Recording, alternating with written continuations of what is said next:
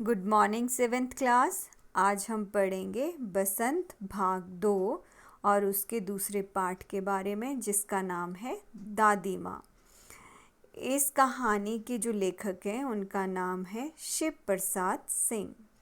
तो आइए बच्चों, कहानी के बारे में जानें। लेखक को जब जब अपने गांव की याद आती रहती है, विशेषकर दादी माँ से उनका गहरा लगाव रहा है।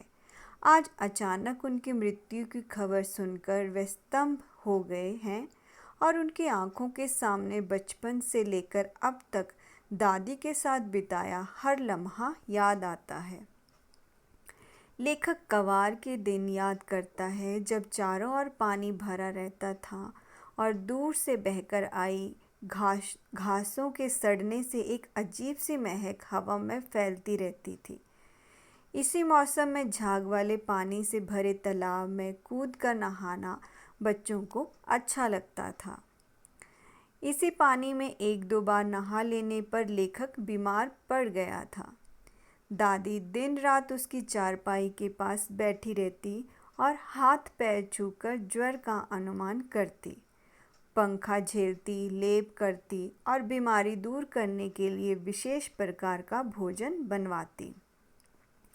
उन्हें गांव की 50 किस्म की दवाइयों के नाम याद थे।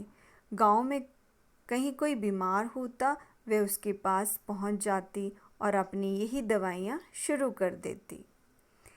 लेखक के बड़े भाई की शादी तय हुई तो दादी माँ का उत्साह देखने बनता था। यूं वे कोई काम न करती थी, लेकिन किसी काम में उनकी अनुपस्थिति विलंब का कारण बन जाती थी। इन्हीं दिनों लेखक ने दादी माँ को सूद के पैसे के लिए रामी की चाची पर कठोरतापूर्वक बिगड़ते देखा। वह आंखों में आंसू लिए दादी माँ से मिन्नतें कर रही थी।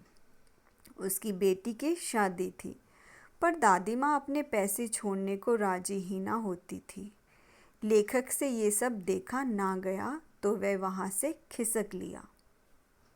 कुछ दिनों बाद रामी की चाची से लेखक ने जाना कि दादी माँ ने उसका सारा कर्जा माफ़ कर दिया और 10 रुपये देकर बेटी की शादी में मदद भी की।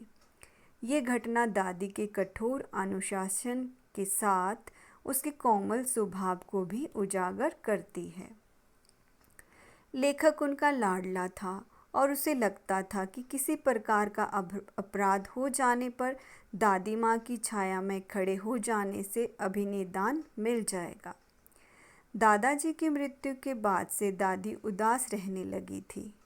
धोखेबाज शुभचिंतकों की वजह से भी परेशानी काफ़ी बढ़ गई। लेखक के पिता ने दादाजी के श्राद्ध में काफ़ी रुपए खर्च कर दिए थे।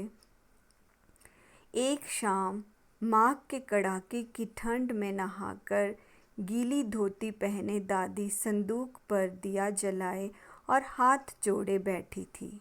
उनकी आंखों में आंसू देखकर लेखक से रहा नहीं गया। उन्होंने दादी से रोने का कारण पूछा। दादी मुस्कुराते हुए प्यार से उन्हें खींचकर रसोई में खाना खिलाने ले गई। अगले दिन लेखक ने देखा दादी माँ ने दादाजी की दी हुई निशानी सोने के कंगन संदूक से निकालकर पिताजी को दिए ताकि वह कर्जा चुका सके। लेखक को दादी माँ किसी देवी सी लगी। लेखक अतीत से वर्तमान में लौट आया। बड़े भाई का लिखा पत्र अब तक उसके हाथ में कांप रहा था और वे यकीन नहीं कर पा रहा था कि दादी माँ सचमुच नहीं रही। तो बच्चों, ये थी दादी माँ कहानी का सार। धन्यवाद।